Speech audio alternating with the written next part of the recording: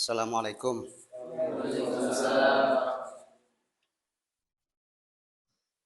Baik, sebelum kita memulai pelajaran hari ini, kita sama-sama membaca doa sebelum belajar.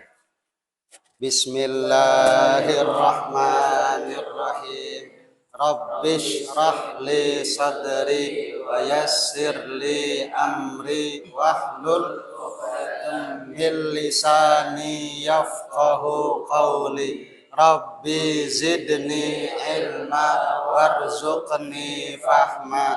Amin. Bismillahirrahmanirrahim.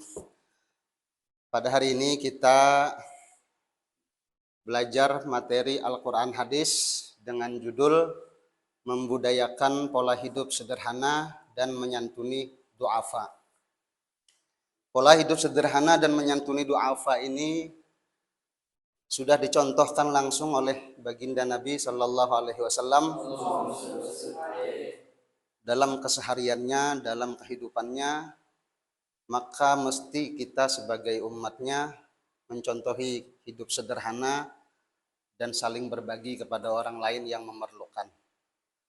Pada pelajaran kali ini kita mengambil dasar-dasar Al-Quran dan hadis yang menceritakan bagaimana cara hidup baginda Nabi yang diperintahkan dalam Al-Quran, karena sesungguhnya Nabi kita itu khuluquhul Quran. Sebagaimana ketika sahabat bertanya, wahai Ummul Mukminin Aisyah, bagaimanakah akhlaknya Nabi sehari-hari?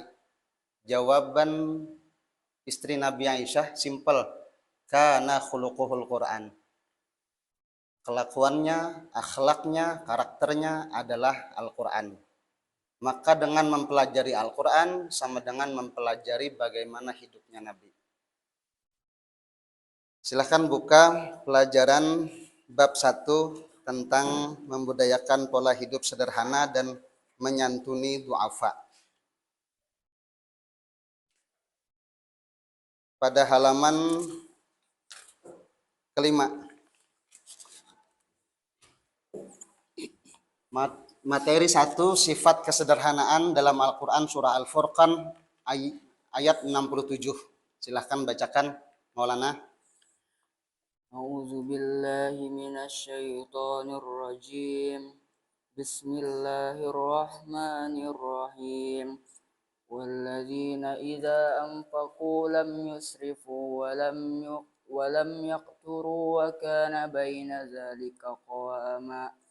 Artinya wallahu a'lam, dan orang-orang yang apabila membelanjakan harta mereka tidak berlebih-lebihan dan tidak pula kikir, dan adalah pembelanjaan itu di tengah-tengah antara yang demikian. Quran surah Al-Furqan ayat 25. Ayat 67. Ayat 67. Nah, 25 itu nomor surah dalam Al-Quran. Surah ke-25, surah Al-Furqan, ayat 67.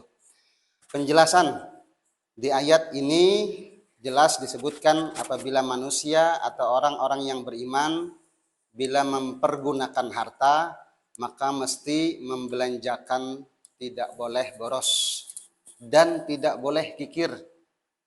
Artinya di tengah-tengah, tidak terlalu berlebihan dan tidak boleh pula terlalu pelit. Maka kalau kita belanja, belanjakanlah sesuai keperluan yang kita perlukan saja. Yang namanya berlebihan itu belanja yang tidak diperlukan, sekedar keinginan. Maka banyak keinginan kita ini yang melebihi dari kemampuan kita. Di situ tanda kebanyakan orang-orang yang boros. Keinginannya berlebihan ketimbang keperluannya. Keinginannya ingin punya HP, padahal sudah punya HP. Nah, itu keinginan yang berlebihan. Ingin punya ini lebih, itu lebih. Nah, itu namanya berlebihan atau pemborosan, mubazir. Namun jangan pula karena mengingat keperluan kita tidak mau mengeluarkan apa yang kita miliki untuk berbagi kepada orang lain. Itu pun juga dilarang agama. Berlebihan dilarang, pemborosan dilarang, Sebaliknya, pelit dan kikir pun dilarang oleh agama. Maka kita sebagai seorang yang beriman mesti bisa berada di posisi di tengah-tengah antara boros dan kikir. Baik, silahkan bacakan Al-Quran ayat berikutnya tentang kesederhanaan dalam hidup. Silahkan Sahih. Bismillahirrahmanirrahim. وآت ذا القربى حقه والمسكين وابن السبيل ولا تبذر تبذيرا إن المبذرين كانوا إخوان الشياطين وكان الشيطان لربه كفورا وإما تعرضن عنهم ابتغاء رحمة من ربك ترجوها فقل لهم قولا ميسورا ولا تجعل يدك مغلولة إلى عنقها ولا تبسطها كل البسط فتعود ملوما محسورا إن ربك يبسط الرزق لمن يشاء ويقدر إنه كان بعباده خبيرا بصيرا, yang artinya wallahu alam. Dan berikanlah kepada keluarga-keluarga yang dekat akan haknya, kepada orang miskin dan orang yang dalam perjalanan. Dan janganlah kamu menghambur-hamburkan hartamu secara boros. Sesungguhnya pemborosan itu adalah saudara-saudara setan, dan setan itu adalah sangat ingkar kepada Allah. Dan jika kamu berpaling dari mereka untuk memperoleh rahmat dari Tuhanmu yang kamu harapkan, maka katakanlah kepada mereka ucapan yang pantas. Dan janganlah kamu jadikan tanganmu terbelenggu pada lehermu. Dan janganlah kamu terlalu mengulurkan, karena itu kamu menjadi tercela dan menyesal. Sesungguhnya Tuhanmu melapangkan rizki kepada siapa yang Dia kehendaki dan menyempitkannya. Sesungguhnya Dia Maha mengetahui lagi Maha melihat akan hamba-hambanya. Quran surah Al-Isra ayat 26 sampai 30. Baik. Pada ayat ini dipertegas lagi oleh Allah tentang bagaimana Allah melarang kita sikap berlebihan, pemborosan, sampai-sampai diibaratkan dengan syaitan, saudaranya setan. Ayat ini mengandung pesan untuk kita dapat hidup sederhana. Sikap ini di tengah-tengah, tidak berlebihan dan tidak pula terlalu menahan harta. Dilarang kikir dan dilarang boros. Sifat boros ini diibaratkan sebagaimana perilaku setan yang ingkar kepada Allah. Larangan kikir digambarkan dengan tangan yang terbelenggu di leher. Kikir akan mengakibatkan pelakunya tercela, sedangkan boros menjadikan pelakunya menyesal di kemudian hari. Ini menunjukkan bahwa Allah Subhanahu wa taala mengetahui potensi hamba-hambanya. Allah melapangkan rezeki kepada sebahagian manusia dan mencukupkan kepada yang lain. Manusia diwajibkan menjemput rezeki yang Allah persiapkan kepada setiap kita.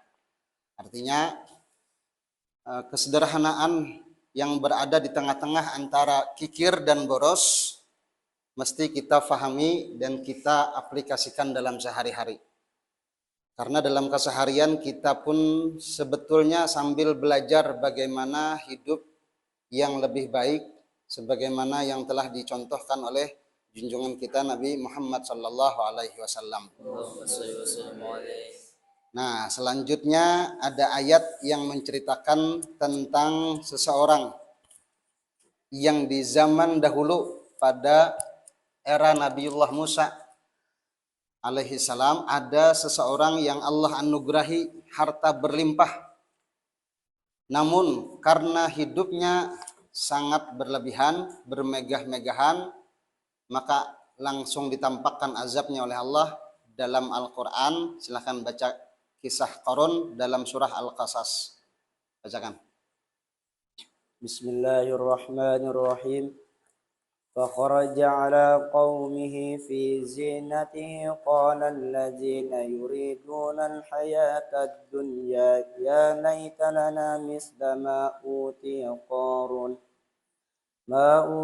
قارون إنه لذو حظ عظيم وقال الذين أوتوا العلم ويلكم ثواب الله خير لمن آمن وعمل صالحا ولا يلقاها إلا الصابرون فخسفنا به وبداره الأرض فما كان له من فئة ينصرونه من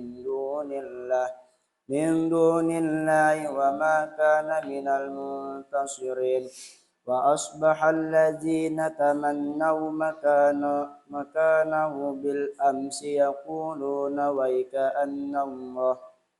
ويكأن الله يبسط الرزق لمن يشاء من عباده ويقدر لولا أن من الله علينا لخسف بنا ويكأنه لا يفلح الكافرون. Artinya, wallahu alam, maka keluarlah Qarun kepada kaumnya dan kemegahannya. Berkatalah orang-orang yang menghendaki kehidupan dunia, moga-moga kiranya kita mempunyai seperti apa yang telah diberikan kepada Qarun. Sesungguhnya ia benar-benar mempunyai keberuntungan yang besar. Berkatalah orang-orang yang dianugerahi ilmu, kecelakaan yang besarlah bagimu, pahala Allah adalah lebih baik bagi orang-orang yang beriman dan beramal soleh, dan tidak diperoleh pahala itu kecuali oleh orang-orang yang sabar. Maka kami benamkanlah Qarun beserta rumahnya ke dalam bumi, maka tidak ada baginya suatu golongan pun yang menolonginya terhadap azab Allah, dan tiadalah ia masuk orang-orang yang dapat membela dirinya. Dan jadilah orang-orang yang kemarin mencita-citakan kedudukan Qarun itu berkata, aduhai, benarlah Allah melapangkan rezeki bagi siapa yang Dia kehendaki dari hamba-hambanya dan mencukupkannya. Kalau Allah tidak melimpahkan kurnia-Nya atas kita, benar-benar Dia telah benamkan kita pula. Aduhai, benarlah tidak beruntung orang-orang yang mengingkari nikmat Allah. Quran Al-Qasas surah ke-28 ayat 79 sampai 82.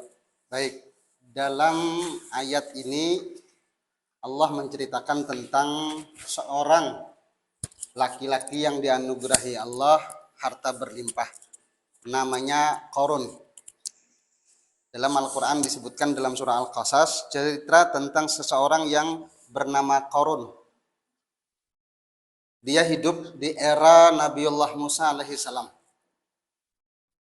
Saat dia masih biasa-biasa saja, belum dianugerahi Allah kekayaan berlimpah, Qarun seringkali meminta doa, mendatangi Nabiullah Musa alaihissalam agar didoakan supaya mempunyai usaha dan bisa punya banyak harta. Didoakan oleh Nabiullah Musa. Dalam tafsirnya diceritakan begitu. Lalu saat Qarun kemudian dengan doanya Nabiullah Musa yang diijabah Allah, Qarun pun ditakdirkan punya harta berlimpah.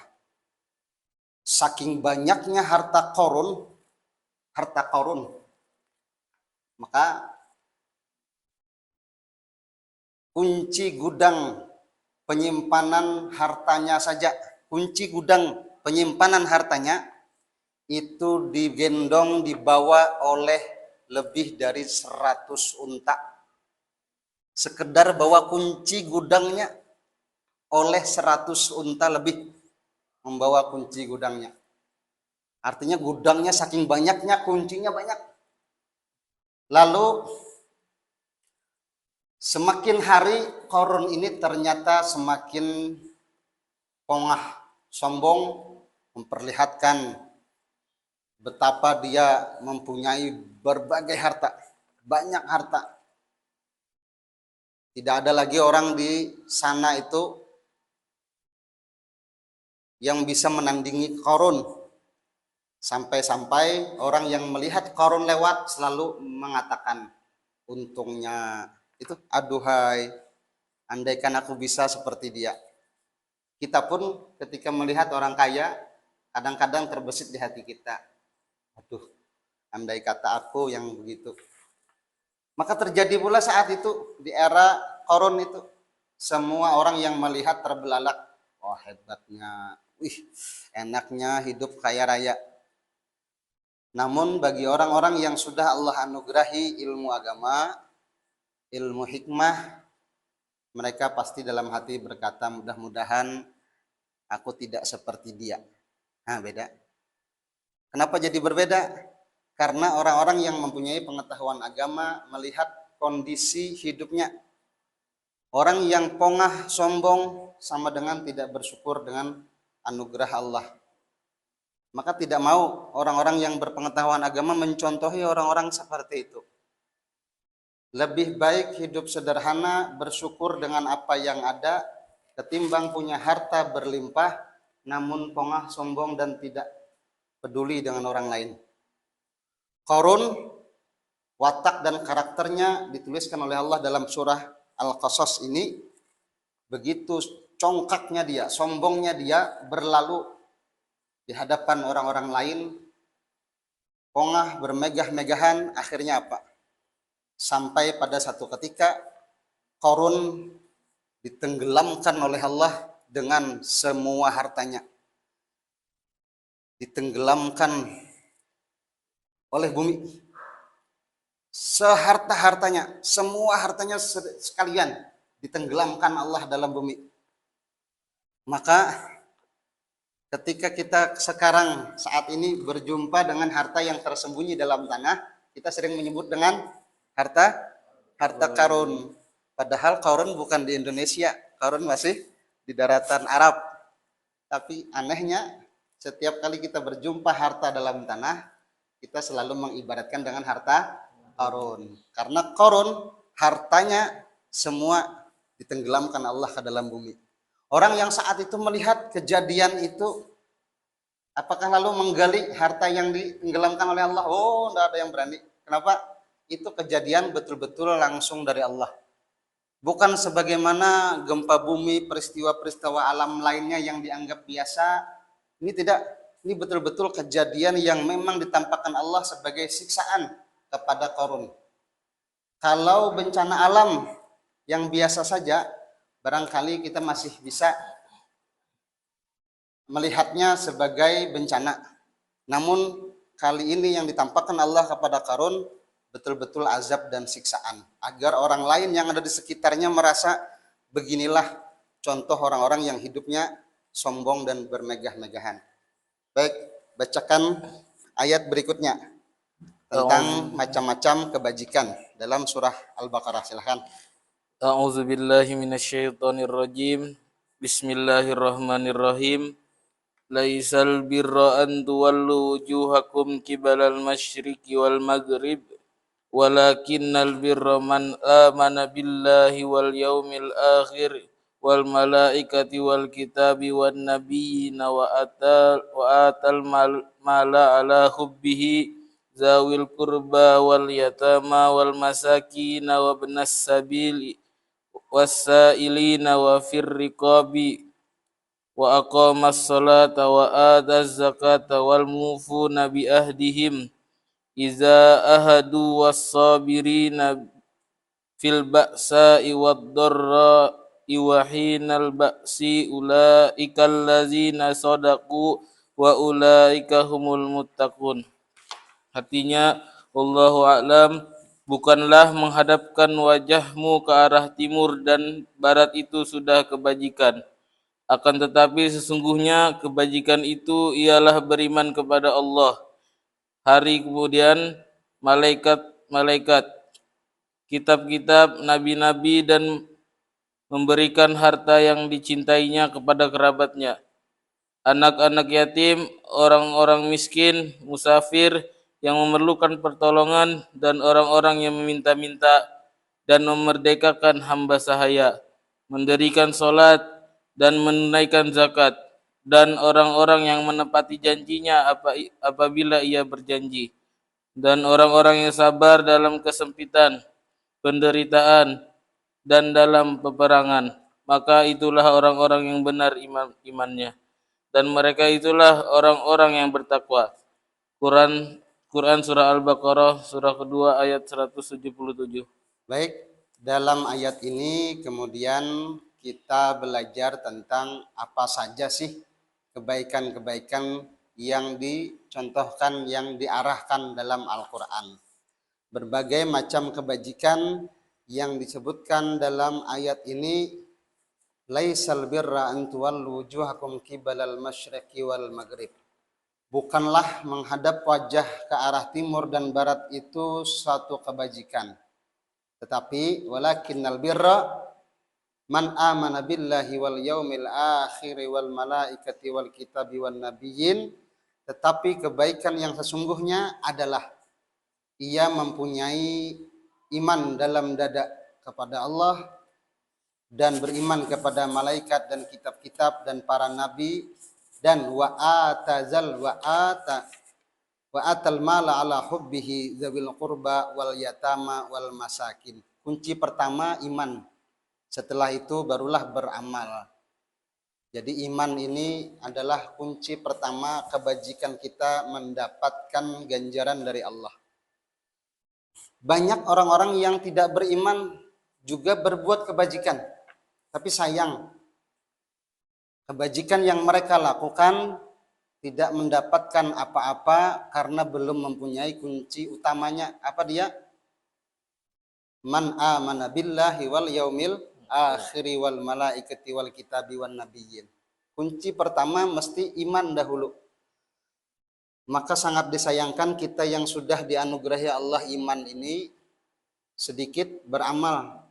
Kenapa? Karena amal itulah yang akan membawa kita, yang menjadi penebus diri kita dari siksaan nerakanya Allah Subhanahu wa taala. Mungkin penjelasan kebajikan ini akan kita lanjutkan pada kesempatan berikutnya, pada pertemuan berikutnya. Mudah-mudahan ayat-ayat yang kita bacakan tadi bisa kita fahami dan bisa kita aplikasikan dalam sehari-hari. Berikutnya, Ustadz ingin minta kepada seluruh siswa agar ayat ini dituliskan, kemudian dihafalkan dan direnungkan. Kemudian berikan contoh kehidupan dalam sehari-hari ketika hidup sederhana dan bagaimana nasibnya orang yang hidup boros dan bagaimana nasibnya orang yang hidup kikir. 3 ayat yang sudah kita bacakan tadi ditulis, kemudian dihafalkan dan berikan contohnya dalam sehari-hari. Akan kita lanjutkan pada pertemuan yang akan datang. Kita akhiri dengan doa kafaratul majlis. Bismillahirrahmanirrahim. Subhanakallahumma wa bihamdika asyhadu an la ilaha illa anta astaghfiruka wa atubu ilaik. Assalamualaikum warahmatullahi wabarakatuh. Waalaikumsalam warahmatullahi wabarakatuh.